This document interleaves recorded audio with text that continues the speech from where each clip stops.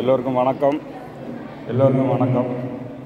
இப்போது நேரம் குறைவாக இருப்பதனால் குறைந்தது 20 மினிட்டு பேச சொல்லியிருக்கிறாங்க.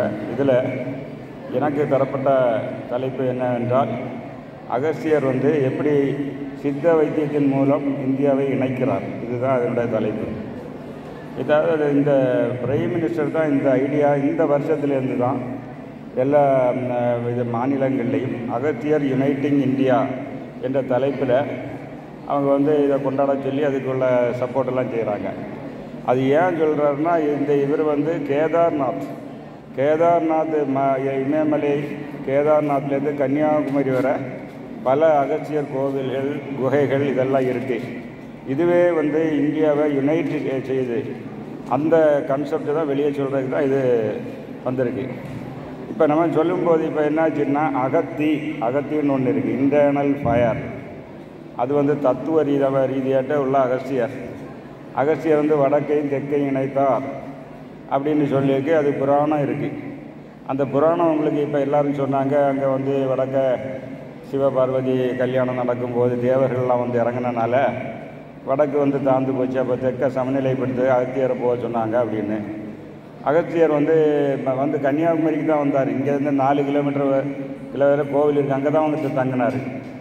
அதை நீங்கள் பார்த்துங்க. இந்த கொட்டாரத்துலேருந்து ஒரு 1.5 கிலோமீட்டர் உள்ள போனால் அங்கே தான் அகஸ்தியர் தங்கின கோவில்.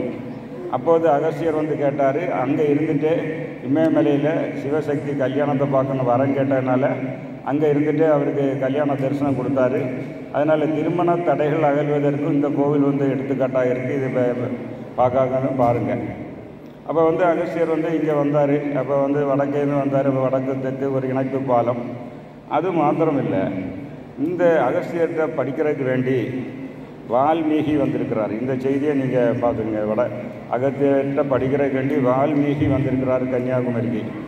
இந்த செய்தியை வச்சு இங்கே இந்த இடத்துல வடுக 10 என்ற இடம் இங்கே தான் இருக்குது. இந்த அகஸ்தியர் கோவில் இருக்கிற இடத்துல அங்கே அந்த வேடருக்கு இவர் சிவயோகம் சொல்லி கொடுத்துருக்கிறார். யார்? அகஸ்தியர் உபதேசம் கொடுத்துருக்கிறாரு. அவர் படித்த பிறகு வால்மீகியும் அதை தமிழில் எழுதி வச்சிருக்கிறாரு. அப்போ அது ஒரு இன்சிடெண்ட்டு. ரெண்டாவது பார்த்தீங்கன்னா, இவர் வேதமுனின்னா வியாசர். அவர் அகஸ்தியரை தமிழ்நாடு இப்போ பாண்டிச்சேரின்னு இருக்குது, அங்கே சந்திச்சு 2 பேரும் பேசியிருக்காங்க. இப்படி பல இணைப்பு பாலங்கள் இருக்கின்றன.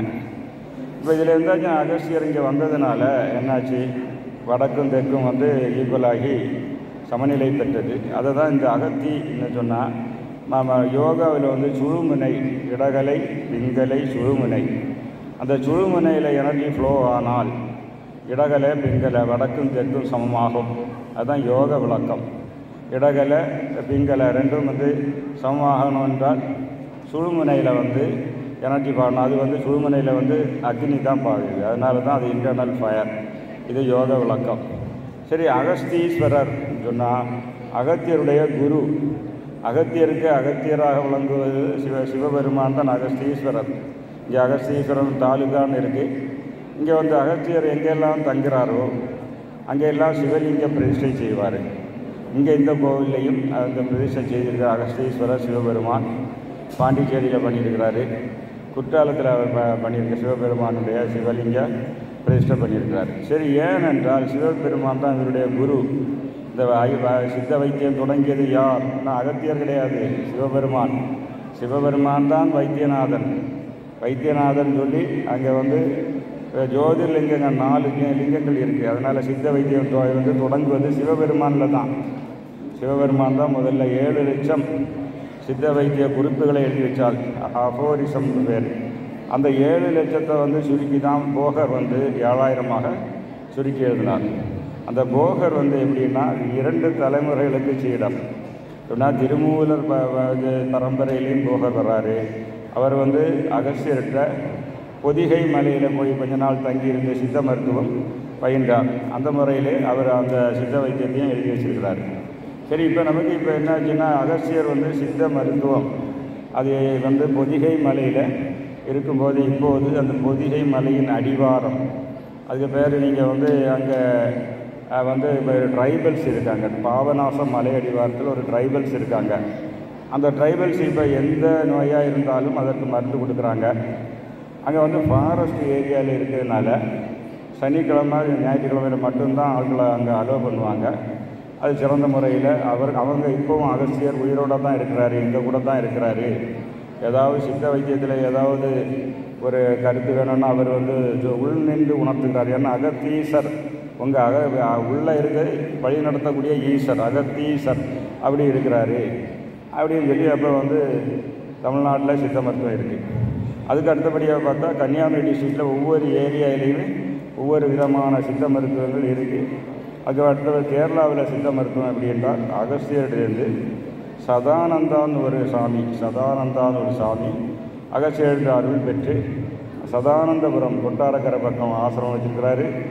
அங்கே வந்து சித்த மருத்துவத்தை வளர்த்து கொண்டு இருந்தார். இப்போ சித்த மருத்துவம் ஆஸ்பத்திரியெல்லாம் அங்கே இருக்குது.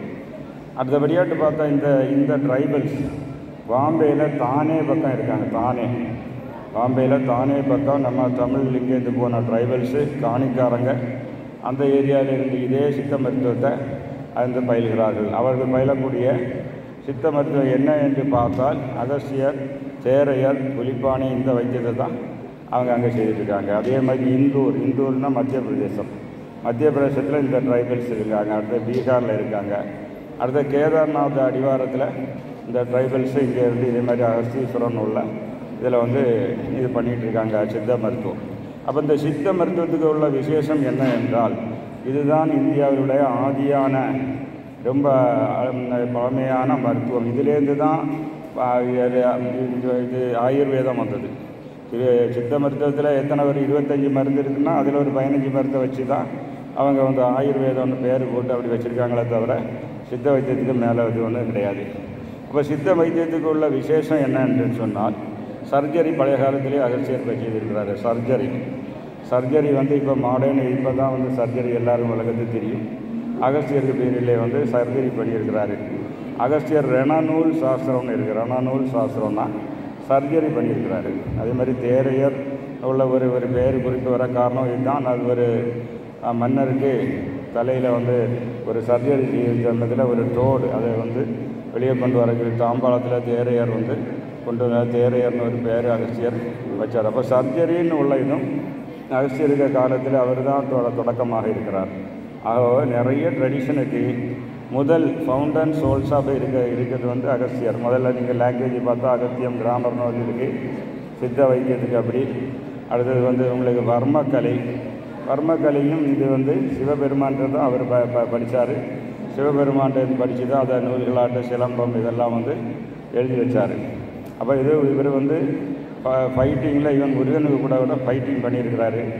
முருகனே இவர் அகஸ்தியரை ஜெயிக்க முடியாமல் காட்சி கொடுத்து அவரை ஆட்கொண்டு அது வந்து அதுக்கு குருநாதராக வந்தார். அப்போ இந்த சித்த மருத்துவத்தில் உள்ள விசேஷம் என்ன என்றால் இந்தியாவிலேயே மிகச்சிறந்த இது என்றால் இப்போ பார்த்தா முப்பு சூத்திரம்னா 3 உப்பை வச்சு எல்லா நோய்களுக்கும் தீர்வு கண்டுபிடிக்கலாம். 3 உப்புன்னா நம்ம வந்து அந்த உப்பு வந்து உங்களுக்கு வந்து திருச்செந்தூர் பக்கம் ஒரு ஏரியாவில் ஒரு உப்பு கிடைக்கும். இன்னொன்று சாத்தாங்குளம், இன்னொன்று தூத்துக்குடி பக்கமே இருக்குது. இந்த 3 விதமான உப்புகளை எடுத்து ப்ராசஸ் பண்ணி அந்த முப்பு சூத்திரம் அதை வந்து இப்போ சகல நோய்களை தீர்க்கிறதுக்கும் அது ஒரு டெக்னாலஜியாட்டு பயன்படுத்திங்க. எப்படின்னா 3 பெர்மியூட்டேஷன் அண்டு காம்பினேஷன், அந்த 3ஐயும் பலவிடாக நீங்கள் அதை வந்து மிக்ஸ் செய்தால் பலவிதமான காம்பினேஷன் கிடைக்கும். அதை வச்சு பல நோய்களை தீர்க்கக்கூடியது உலகத்திலேயே தமிழர்கள் தான் இந்த சித்த மருத்துவத்தில் இருக்குது. அதுக்கு அடுத்தபடியாட்டு பார்த்தா நவபாஷானம் உங்களுக்கு எல்லாருக்கும் தெரியும். பழனியில் நவபாஷானத்திலான ஒரு சிலை இருக்கிறது. அந்த சிலையில் அங்கே வந்து நம்ம பஞ்சாமிர்தத்தை அபிஷேகம் செய்து அதை வந்து நீங்கள் சாப்பிட்டோன்னா சகல ரோக நிவாரணி பெனேசியா டு ஆல் டிசீசஸ் அந்த 9 வகையான விஷங்களை ஒன்று இணைக்கும் போது நெகட்டிவ் ப்ளஸ் நெகட்டிவ் வந்தால் பாசிட்டிவ் ஆகிற மாதிரி அது ஒரு பாசிட்டிவ் ஆகி அந்த டெக்னாலஜி இவர் வந்து நம்ம சித்த மருத்துவத்தில் தான் இருக்குது. இது போக நீங்கள் பார்த்தீங்கன்னா இப்போ பேண்டேஜ் போடக்கூடிய டெக்னாலஜியும் அகஸ்தியருக்கு பீரியடில் இருக்குது. பேண்டேஜ் போடுறது இப்போ வந்து பேண்டேஜ் வேர்ல்டு ஹெல்த் ஆர்கனைசேஷனில் இதெல்லாம் வந்து செகண்ட் வேர்ல்டு வாருக்கு பிறகு தான் அந்த பேண்டேஜ் சிஸ்டம்லாம் வந்தது. ஆனால் இங்கே அப்படி எல்லாம் இவங்க வந்து அகஸ்தியர் பீரியட் பேண்டேஜ் இருக்குது. அந்த ரணங்களை ஆத்துறதுக்கு இப்போ பேண்டேஜில் வந்து சில மருந்துகளை சுற்றி வச்சு அதை புகை போட்டு ஆற்றக்கூடிய டெக்னாலஜி எல்லாம் இருந்திருக்கு. அப்போ இதில் என்ன இது என்றால் சித்த மருத்துவத்தில் உள்ள சிறப்புகள் மற்ற வைத்தியத்தில் இந்தியாவில் எங்கேயுமே கிடையாதுன்னு உள்ள இதுதான் இதில் வந்து நம்ம ரொம்ப பார்க்க வேண்டியது. அதில் என்ன 32 வகையான புற மருந்துகள், அடுத்தது 32 வகையான அக மருந்துகள், இந்த மாதிரியெல்லாம் அதில் இருந்தது. ஸோ இந்த சித்த மருத்துவம் இந்தியாவில் அகஸ்தியர் மூலமாட்டு பரம்பரை வந்தது மாதிரி ராவணனும் வந்து சித்த மருத்துவம் எழுதியிருக்கிறாரு. அது அகஸ்தியர் கேட்டுக்கொண்டதன்படி தான் வந்து எழுதியிருக்கிறாரு. ராவணன் எழுதின சித்த மருத்துவத்துக்கு பேர் சிந்தாமணி சித்த மருத்துவம். அது வந்து இப்போ கன்னியாகுமரி டிஸ்ட்ரிக்டிலும் ஸ்ரீலங்காவில் மாத்திரம்தான் அது அங்கே இருக்குது. அந்த மருத்துவத்திலையும் அது வந்து சங்கீத போட்டி வந்து ராவணனுக்கும் வந்து அகஸ்தியருக்கும் பொதிகை மலையில் நடந்தது. அந்த பொதிகை மலையில் அவர் வந்து அகஸ்தியர் தான் அந்த போட்டியில் ஜெயிப்பார். அப்போது அவர் ரிக்வெஸ்ட் பண்ணுவார் ராவணன்ட்ட, மக்களுக்கு நன்மை செய்யணும் இதெல்லாம் சொன்ன பிறகு தான் அவர் சித்த மருத்துவ நூல்கள் அனாட்டமி அனாட்டமின்னெல்லாம் எழுதி வச்சிருக்கிறாரு. ஆகவே இன்றைக்கு உள்ள சித்த மருத்துவத்தின் வழியாக அவர் வந்து இணைக்கிறார் என்ற உள்ள ஒரு செய்தி அது சொல்ல வேண்டும். மற்றபடியாட்டு இலக்கியம் பல இப்போ நாடி, அஸ்ட்ராலஜி, ஆல்கமி, வாசி யோகாவில் வந்து வாசி யோகாவில் பல வகையான வாசி யோகா இருக்கையில் அதில் வந்து அகஸ்தியருடைய வாசி யோகா ரொம்ப மிக பழமையானது. அந்த வாசி யோகா தான் கேரளாவில் வந்து வடகர சிவானந்த சுவாமி வந்து அது சொல்கிறாரு. ஆகவே இலக்கியத்திற்கும் சரி, சங்கீதத்திற்கும் சரி, மற்ற ஃபைட்டிங் டெக்னாலஜி, நாடி, அஸ்ட்ராலஜி, இப்படி பல வகையான ஒரு ட்ரெடிஷனுக்கு சொந்தக்காரர் இந்த அகஸ்தியர். அவரது குரு முனிவர் என்று சொல்லப்படுற ஏன்னா அது உருவத்தில் அது வந்து சிறிதாக இருக்குனால அப்படி சொல்கிறாரு. ஆனால் பல இடங்களில் குருமுனி இல்லாமல் உயர்ந்த நிலையிலே இருக்குது. அப்போ அதனால் அவர் உருவங்களை அடிக்கடி மாற்றிக்கொள்ளும் திறமை உள்ளவர் என்ற இது இருக்கிறது. ஏனென்றால் 3000-4000 வருஷம் இருந்தார் என்று சொல்ல வேண்டும் என்றால் அவங்க வந்து பலவிதமான கால சூழ்நிலையில் வந்திருக்காங்க ஆராய்ச்சியாளர்கள். இது ஒரு அகஸ்தியராக இருக்க முடியாது, ஒரு 96 பேர் இப்படி இருந்திருக்கலாம் என்றெல்லாம் சொல்கிறார். அது காரணம் காலத்துக்கு ஏற்றவர் அவங்க உடலை மாற்றிக்கொள்ளும் ஒரு டெக்னாலஜி அவங்களுக்கு தெரியும். அவங்க ஆஸ்ட்ரல் பாடியில் டெலிபோர்ட்டேஷன் சொன்னால் அவங்க ஃபிசிக்கல் பாடியை ஆஸ்ட்ரல் பாடியில் அப்சார்ப் பண்ணுது. அப்போ ஆஸ்ட்ரல் ட்ராவல், அதேமாதிரி ஆஸ்ட்ரல் இது டெலிபோர்ட்டேஷன் வழி அவங்க ஒரு இடத்துக்கு செல்வதும் உருவை மாற்றிக்கொள்வதும் அதெல்லாம் வந்து இங்கே வந்து மிகவும் சிறப்பாக இருக்கிறது. அப்போ இந்த அகஸ்தியருக்கு நீங்கள் பார்த்தீங்கன்னா இங்கே அகஸ்தியர் கோவில் இருக்குது. பொதிகை மலை என்று சொல்லக்கூடிய இப்போ வந்து குற்றாலம் மலைங்க நேரம் மேலே குற்றாலம் மலை ஏறி போகலாம். அங்கே வந்து நெய்யாறு டேம் பக்கமாட்டம் ஏறி போகலாம். அந்த பாடம் தான் இருக்குது. அங்கே வந்து அகஸ்தியருடைய பாதுகையை வச்சு பூஜை செய்துட்ருக்காங்க. அதே சமயம் குற்றாலத்தில் சிவன் கோவில் பக்கத்துலேயும் அகத்தியர் வந்து இருக்கிறாரு. அங்கே தான் வந்து கிரியா பாபாஜி, இந்த பாபாஜி வந்து அங்கே தான் போய் அவர்கிட்ட பாடம் பெற்றது.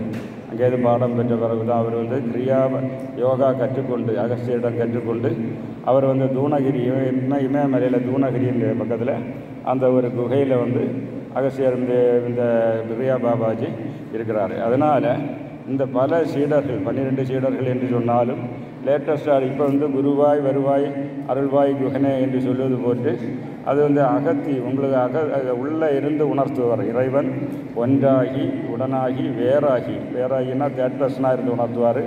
அதே வந்து ஃபஸ்ட் பர்சனாக உணர்த்தது தான் அகஸ்தீஸ்வரர். அப்போ அகத்தேந்து வந்து காட் கைட்ஸ் ஃப்ரம் வித்தின். அப்போ அவரை வழிபட்டால் அவர் வந்து இந்த இப்போவும் இந்த ஹாஸ்டல் உடம்பு வழியாட்டு வாழ்ந்துட்டு தான் இருக்கார். வழி நடத்தவும் எல்லா மாணவர்களும் சரி வைத்தியர்களுக்கும் சரி எல்லாரும் ஒரு தூண்டுகோலாக இருந்து வழி கொஞ்சி அது வந்து உதவி செய்வார் என்று நான் சொல்லுகிறேன். இதனுடன் காலம் கருதி நிறைவு செய்கிறேன். நன்றி, வணக்கம்.